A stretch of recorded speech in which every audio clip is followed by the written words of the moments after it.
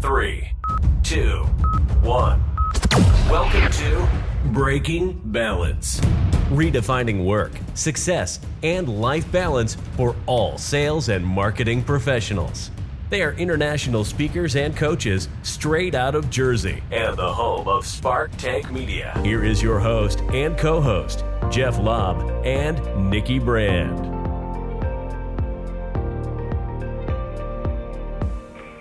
Here we go, another round, another series. Welcome back, Breaking Balance. Jeff Lobb here with the Nikki Brand. Hi, Jeff. Hey, we're ready to rock and roll. Yes, let's do it. Yeah, this is so the conversation we're gonna have today is is sales and marketing a team sport? I like it. And I'm gonna use my little sports analogies, taking me back to my coaching days. And we coach kids, you do too. Yes. You coach the girls and God knows what else you're coaching too. Yeah.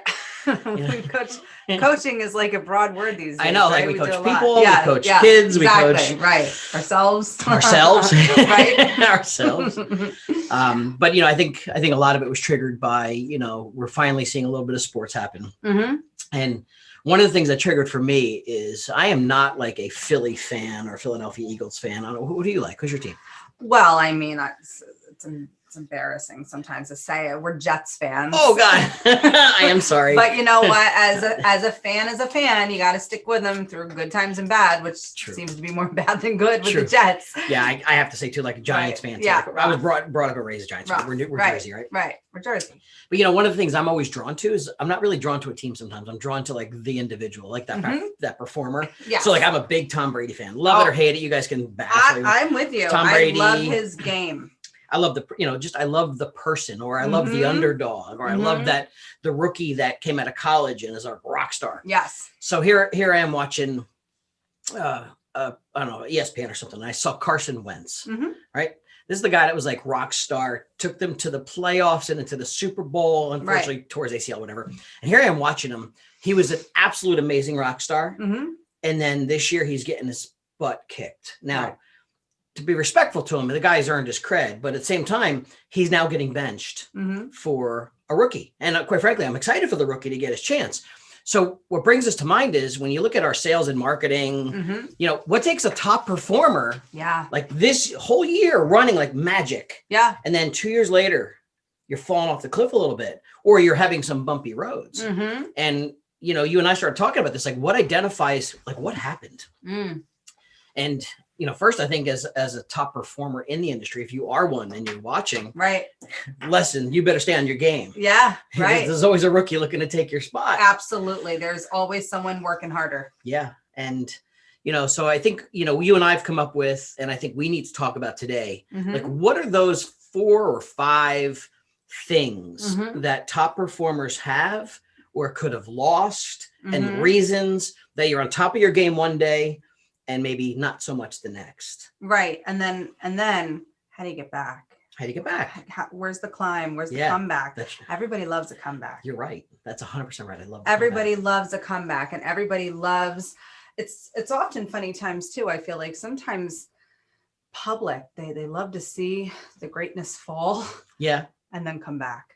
Right. So I bet, although, Carson Wentz is having it rough right now, I bet he's going to have people rooting him on, trying to see if he can get back. And then you're going to have those other people are going, look at that rookie. Yeah. This is your time to shine, dude. That's right. And someone's always looking respectfully to take you out. Absolutely. And that goes in business. I think that's what helps us keep on our game, is knowing that there are other people out there who are going to wake up earlier, who are going to work harder, work longer, who are going to find time in that day. They're going to plan in those spots that maybe have breaks that, you might be scrolling on social media and someone else is going to be hustling. That's right. Right. Yeah. Yep. Yeah. So Jeff, you came up with some cool reasons and we're going to go back and forth. Yeah. look, we all have, there's probably more than we have. But sure. This is a little start, the nugget. The core. Let's start with coaching in general. Coaches matter. I've seen coaches, I'm sure you have too, that come into a team that's failing and turn them into a playoff team in 3 to 5 years. Yes.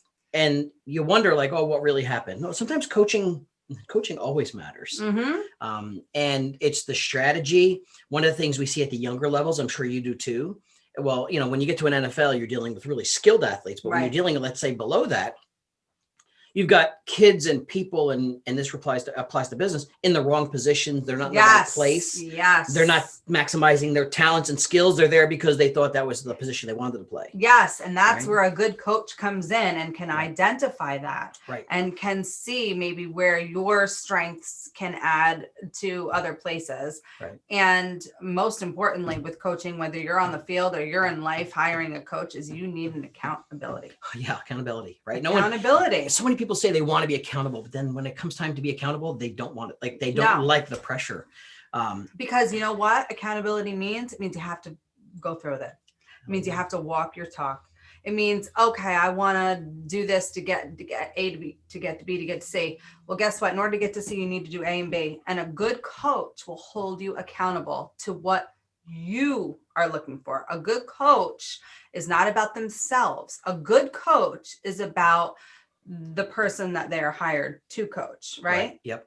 And that goes in sports as well. I mean, a good coach, the job of a good coach they can, I know this for a fact, they can get more out of you than you can get out of you, because they're going to push you to do things that you're going to be uncomfortable with. And if you're uncomfortable, most of the time you won't push yourself. Absolutely. And that goes in sports and life and business. If you take yourself out of your comfort zone, it's so cliche, and I've heard it a million times, but that is where the great things happen.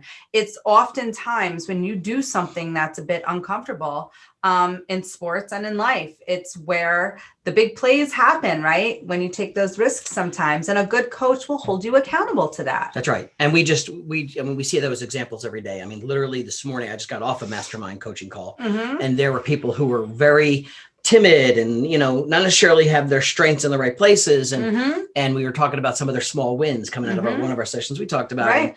And they were persistent in some of their phone calls, and they finally got to the person that said, I'm going to give you this, I'm going to give you an application, I'm going to give you the sale. Right. And they were shocked themselves when it actually happened, but they were super uncomfortable thinking they're being pesty or they're being a pain in the rear. And they just respectfully were persistent in certain ways and actually had a small win. How about that? Sometimes you got to push people to be uncomfortable every day. And it comes down to our sports is making people uncomfortable to try something new. Absolutely. Absolutely. Maybe for 2021, if you folks out there, if you're kind of stuck, do I do a coach? Do I not do a coach? You can always give coaching a trial run. Accountability can also be held within friends. It can be held within colleagues. It can be held within family. There are other ways. Yeah. So let's think about that a second, because I've played with this idea. Do I want to make my wife be accountable to me, or a spouse? I think there's a it depends on what it is. I think it depends on what it is. I think in most times in business, probably not. Right. I think it's got to be separate. I do. But there are, because I feel like I guess it depends if you work with your spouse or not. That's true too. If you're in the similar business, exactly, or have total separate paths, exactly, that could vary. But I do think that is an interesting question, and I do think we could maybe go and talk about that another time. Is the whole balance with your spouse and work. This is about balance. It's all about balance. Exactly. But in our sports analogy, a good coach is going to come in and change the game plan, create the plan that many of us don't have. We have a lot of people that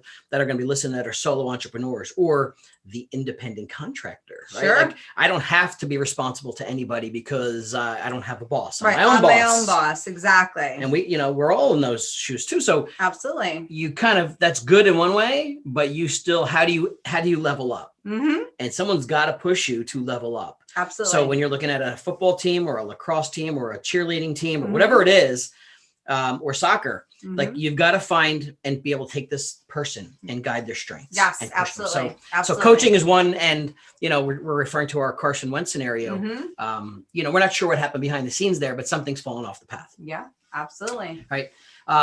Next up, let's talk about who's on your team. Who's on your team? So we're talking about it is sales and marketing a team sport. Who is on your team matters. It sure does. Right. It absolutely does. So you could have the most talented athlete, and I'll just use football because that's the top of mind right now. If you have a really crappy line, they can't block and give you a place to run through, you're not running through anywhere. Nope. So you could be the super talent, and you could also be maybe a very average talent Mm-hmm. that has an amazing front line that can get you through where you don't even have to be a superstar. They're making you a superstar. Mm-hmm. It goes two ways. Absolutely. So how does that apply now to our business? Mm-hmm. So I think a lot of people struggle when they go, hey, I'm self-employed, or I'm a sales rep, but I'm out on my own. Who's on your team? Mm-hmm. I don't think we look at, you really do have a team. It's how you build the people that you could rely on. Mm-hmm. Who do you go to for the advice? Who's pushing you? Mm-hmm. Maybe it's a manager. Maybe it's a colleague. Mm-hmm. Maybe it's support staff. And maybe you're on your own. It's your own team of resources, the team you build around you. That's right. Right. Yep. I tell people, so as like a good real estate example we'll use, Mm-hmm. and we can break this out into a lot, but there's an independent real estate agent. They'll Mm-hmm. say, well, I operate myself. I don't have a team.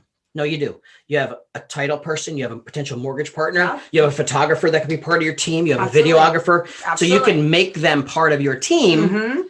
and leverage the resources around you. Absolutely. Building your own resource team, I think, is one of the top things you can realize as someone who's independent, someone who is a solo, someone who is going off on their own. Building your own team of resources is building your team for success. Yeah. And I would leverage all of them. Like, All of them. like if I'm going to be doing a sales presentation to somebody, I would want my team in on those presentations. They're specialists at what they do. Mm-hmm. If I'm a marketing person, I want my design person involved. I want my Mhm. videographer involved. Because Absolutely. I can talk videography and marketing, but they can show you the skill set. They can deliver the language better. And it looks like you have, and perception is bigger than you really are, Mm-hmm. which is another thing. You got to show that perception to anybody that you're trying to market and sell to. Absolutely. So I I think think- even being on, say, like a team of marketing people, a team of where you do have more than one person that you're actually physically working with, you could think of the analogy, say, in NASCAR, the pit. When you go to the pit, right? 100%. And all of a sudden, everyone's got to be in sync. There's got to be an in sync to that pit to get your car Yeah. back on the raceway, That's right? right. And I think a lot in business, to be in sync within your group, within your colleagues, it matters for success, because when you have one or two people that are off that you are working with, that it's important that this person's getting this done and that done, you can see it, and you can see when the car stops going around. Well, here's another thought that just, as you're saying that, you just really resonated with me. How grateful are you to the team that keeps you going? So you're the best race car driver in the world. If that pit screws up, You're done. you're losing. You're done. So how grateful are you to the team that makes you the rock star? Absolutely. And I have to say, I think a big part of this is the gratitude part. I feel like gratitude is one of the most underrated values of a good team. That's right. Is 100%. gratitude, That's is right. to actually be thankful, to say thank you to your team. That's right. Because when you are getting spoken to like that, when the guys in the pit are all screwing on the wheels and taking them off at the same time, that guy's important. Hell yeah. If Critical. he's not doing it, right? You're not going You're not anywhere. getting in the car and you're not going to win your race. So Right. if you're that rock star, but you're not thankful for what's around you, Yeah. right? That it is sales and marketing a team sport. Well, then it's not. Yeah. That's right. Gratitude, I really believe, is key. So all the things that support the team. I think I was reading something a year or two ago, or maybe let's go to Tom Brady when he was like at the New England. Mhm. I think he bought his linemen. Like, I don't know if he bought them like cars. Yeah, I heard like he about bought that. something, Yes, like, yep. without those guys, Yeah. he's getting killed. Like, Right. talk about being grateful. Like, Yeah. And know what I think he did too? I think he rallied for their contracts. oh yeah. And Yeah. so he made sure that they were all getting a lot of money, Yeah. because they were going to protect him. That's right. So he So- was smart. He was very thankful for his team. Yeah. So if you're a vendor, you're a marketer, you're a solo entrepreneur, Mm-hmm. who supports you? And it could be even the person that delivers the product for you. Like, if they don't get you product, you can't sell. Yeah. If they don't do, like, there's a lot of things that will make you fail in the sales and marketing arena if you don't get the tools and resources and support you need. Yeah. And we forget about them. So while sometimes you're riding really high, Yeah. without that support and team, Mm-hmm. you're in the crapper. You're in trouble. Yeah. You're in trouble. Cool. Did you have something you wanted? I know you had a story about Yeah. the So, tools you were thinking about. well, I think what we're going to talk about too, next up is kind of knowing your competition. And I believe that with sales and marketing, knowing who you're up against and knowing what's around you, it's super important in order to succeed. And if we're talking about in sports, right, most times, often, maybe the most important is conversation with yourself. Yep. And knowing that we're our greatest, advocates and our greatest pitfalls. And, something that came to mind was the famous Met, Mackey Sasser, who he was a catcher, and he had a case of the yips. They call it the yips in the sports world. And he had a tough time throwing the ball back to the pitcher. Oh, wait a minute. So you say he was the catcher, Mackey Sasser. Mackey Sasser. Okay. And so he was a famous Met. Okay. And so what happened was they would get pitched the ball. Yep. And he would 1, 2, 3, and literally had issues throwing the ball back to his pitcher. That's crazy. This wasn't a guy up at bat. This was just throw the ball back. So what happened was he got into his head, and people would watch this and would get so frustrated because they knew the potential. He was a great athlete. And so finally, unfortunately, he ended up walking the ball back to the pitcher, and he walked off the field. Holy crap. And that's called being in your own head. That's right. This is more than something, it gets psychological. And I think for people in business, you can relate to this. We're going to have pitfalls. We're going to have, downfalls. Carson Wentz right now, you've got these people who are you're going to have an off year. You're going to have an off day. You're going to have an off week. How do we pick ourselves back up? How do we get out of our heads? How do we not have a case of the yips? Yes. How can we get past that? Because the mind is very powerful, Jeff. And once we get in our heads that we're not good enough for something or we can't do something, psychologically, how do we pull ourselves out? Yeah, it's especially when it comes to something at a high level. And I don't care if it is selling or marketing or whatever it is. It could be sports too. The second you get in your head, you don't realize you're in your own head, but the subconscious mind is making you not perform at a high level. I mean, I just heard a story the other day. I'll try and be very, very vague because it's very personal. So a friend of ours has a son, let's say, playing a sport at a very high level, D1 level. And I won't even say what sport it is. Rock star, elevated person, always winning, number one through 3 on almost everything he does. Awesome. And found out that there was a bit of a medical issue. And the medical issue sounds really serious, sounds really scary as hell. And ultimately, doctors felt everything's still good. Go do your thing, play your sport. Right. But for that 6-month window, we were losing. We were getting beat a little bit. We were getting the things that were making mistakes. And there was no difference in the person's physicality or the competition. It was the same thing. The only thing that was different was what was in his head. What was in his head. And quite frankly and respectfully, scary stuff. Sure. But it wasn't realized. So the only way to make that change was it went back. Hey, let's go back and talk to our medical staff. Let's go back and talk to them. What's the worst thing that can happen? What's that worst thing? Let's just put it out there. And the worst thing was nothing really scary at this time of life. Nothing. So I think this person had to hear that I'm going to be okay. This is going to be all right. I'm not going to have an issue. And it started to turn things around. It changed not only the performance, started changing the attitude and the way this person looked at the opportunity and saying, hey, I only got one shot at this. I'm going to ride this. So it was incredible how the confidence had to get built. But it was so interesting to see how it fell off so quickly. And we get in our own heads every freaking day, our personal way. Or other people get in our own heads. So when it comes to whether it's, prepping or, being challenged all the time, how do you get out of that?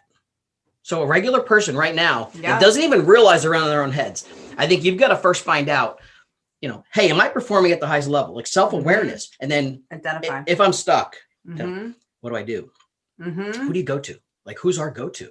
And I think that's where our challenge is. Maybe that goes back to a coach, or maybe that goes back to a mentor. And sometimes those private mentor one-on-ones, and I've had many of them, I'm sure you have too, where you keep that conversation here, but it's a really heart-to-heart conversation that gets someone's head out of their ass. Here's your issue. Right. You got to listen. I'm going to be the one that's going to tell you that because no one's going to tell you this. And we've all had in our asses scenarios in life. I mean, I think everyone out there listening can relate to this and say, you know, gosh, there's been a time where I have not had confidence in myself, or I have been super nervous, or, you know, I've been worried.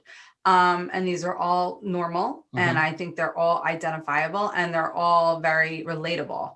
But I think when it comes down to it, it's how do we overcome? Yeah. And not end up like Mackie Sasser, who's walking the ball back to the pitcher. Yeah, that's a total disconnect of brain functionality. And that only, I mean, it screws up so much more too, because once you start to fall into that funk, there's two choices. It either gets worse or it's going to get better. It's going one direction. And a lot of times people go deeper into it and can't get out. So I think the number one thing is that self-awareness. Absolutely. Understand where you are. And identifying. And I really think it's hard a lot of times, you know, especially maybe there's alphas, men, females out there. It's hard to say, oh, I'm struggling with this. Yeah, because we don't want to admit to. People see that as weakness. Yeah. But I will say in the year of 2020, the year of self-awareness, to be vulnerable. Yeah. It's a beautiful thing. To come out and say, I'm having a problem with this, or I'm struggling with this, or I'm not as confident with this, or, you know, that's the first step. As someone who is a coach, that is the first step to seeing that you can have change. Yeah. Right. Yep. And the only way to keep moving is change. Like that's how it goes. Change, and especially as we speak right now, I expect something major to change every damn day.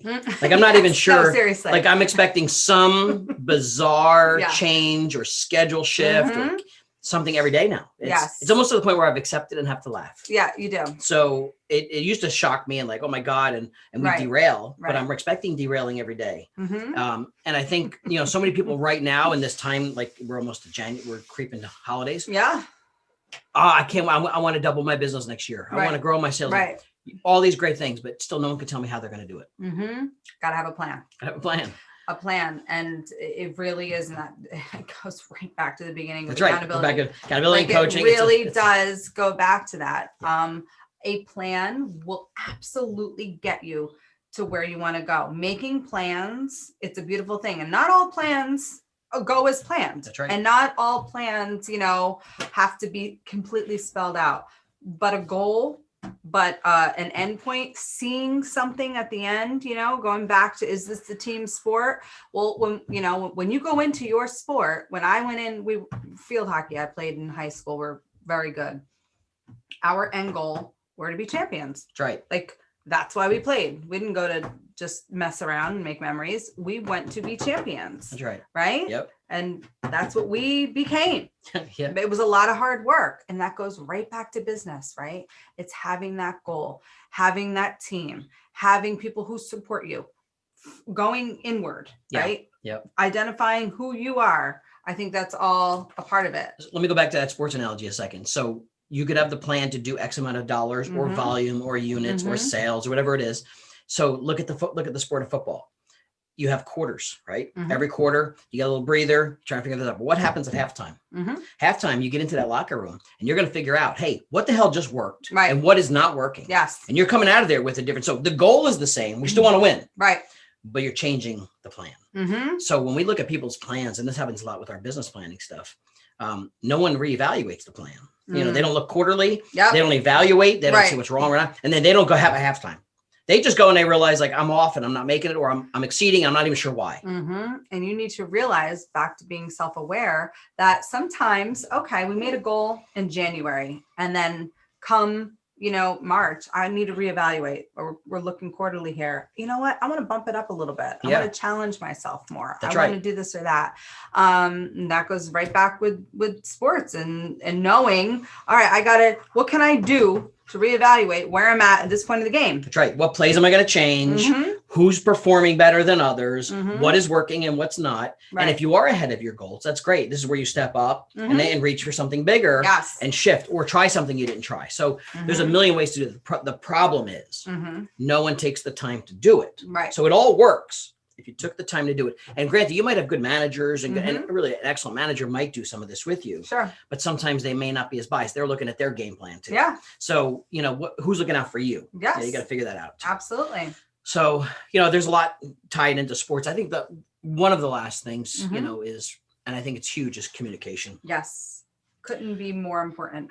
Communication's tough. How you communicate on the field, off the field, when it comes to our world. And I think this is probably another whole session that probably you're masterful at, but is understanding the personalities you're dealing with. Yes. Understanding, what's important to you may not be important to me, or how you say something to me might be different than I would say it to somebody else. Yes. And get a different response. Oh yeah. There is so much we could talk about this. And Jeff, I do think we should call this as a topic sometime. Absolutely. Is communication within. I'm that excited about it. It's communication within your office, within your people, colleagues. Definitely having the emotional intelligence, right? Is big, honestly. Yep. I see so many people who don't have it, and I often wonder how the hell they're successful, because I do believe emotional intelligence, when you're working with other people, is key to success in business. And everyone thinks in their own minds, no, I'm good at it. I know how to do it. Like, I'm the first one to tell you, well, I think I might be good at it. I miss opportunities all the time. I miss the right words sometimes, or I miss the right signals sometimes. Absolutely. Or listening. We could do a course on listening and listening to other people and how important it is to hear what they have to say. That's right. And we were talking about this earlier. Sometimes, like, you could be talking to me right now. No, my husband looks at me and I'll talk to him and it's over. He's not really listening. I do the same thing. Married thing. No, that could be the same. It all happens to both of us too. It's the same in my world. Right. Or my kids. Yeah. Like, they're saying something. Here would be the challenge. We could do this and have a fun thing. Like, we can have a listening challenge. You speak for like 2 minutes and let's see if I can actually regurgitate some of the stuff you just said. Like, what did you just say? What are 10 words I said? That's right. What are 10 words? And did you have a clue what I meant? Right. Exactly. But when it comes to our customers, they are, we don't listen enough. And we say it sounds easy. Oh, everyone tells me about listening, but do you really do it? Right. Really shut up and listen. And are you processing words, or are you thinking about what you're trying to say next? Right. That would be a fun little activity.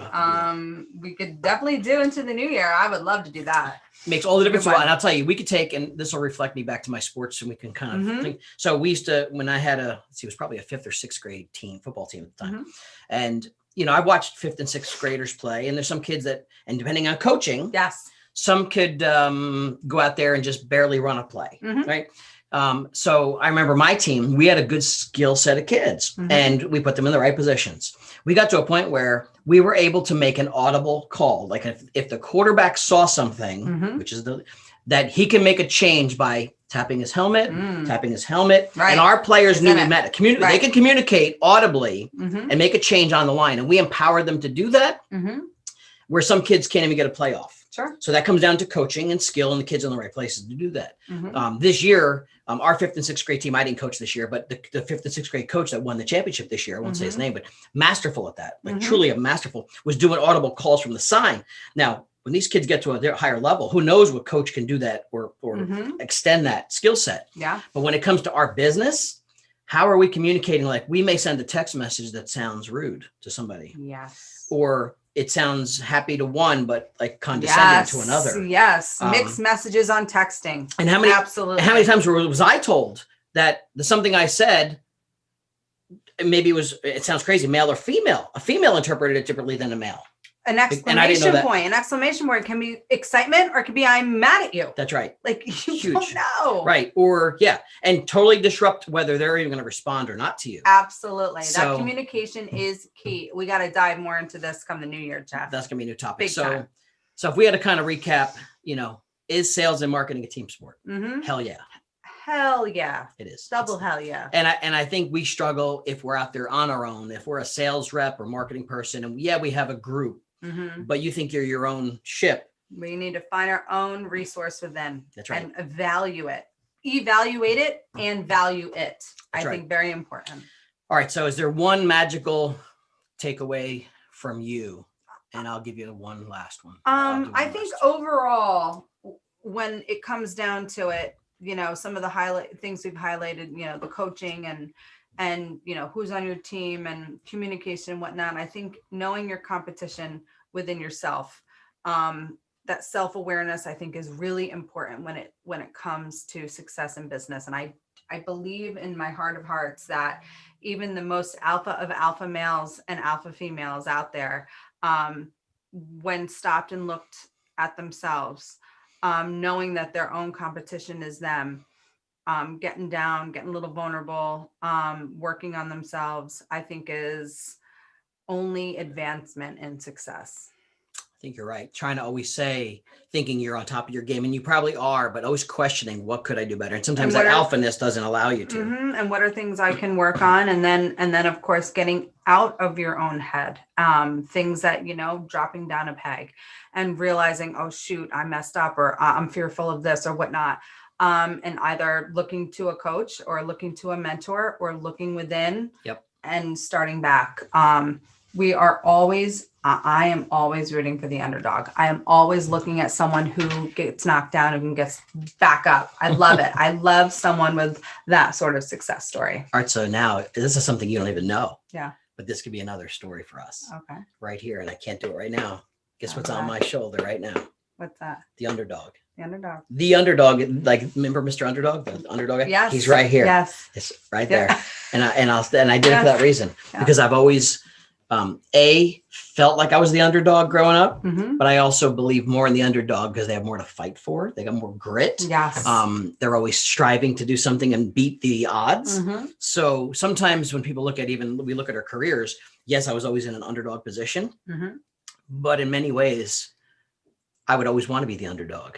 I want to be the one that says, I can go from here to number one. Once you're at number one, it's hard to keep. Oh, yeah. Right? You're always there. Absolutely. So the underdog seems to be that grit. So I love it. It's right there. Maybe I'll We're have to get a photo. I want to get into the underdog with you sometime. I think we're going to have a good underdog talk. We do. My biggest takeaway is, and I don't want to use the word coach, but like mentor, is having someone push you to be bigger than you are. No, you can push yourself, but someone else can push Someone's you. got to hold you accountable. That could be bigger than you are. They can get more out of you by making you uncomfortable. So I always ask the question, what's making you uncomfortable today? And if you're not uncomfortable, you're not growing.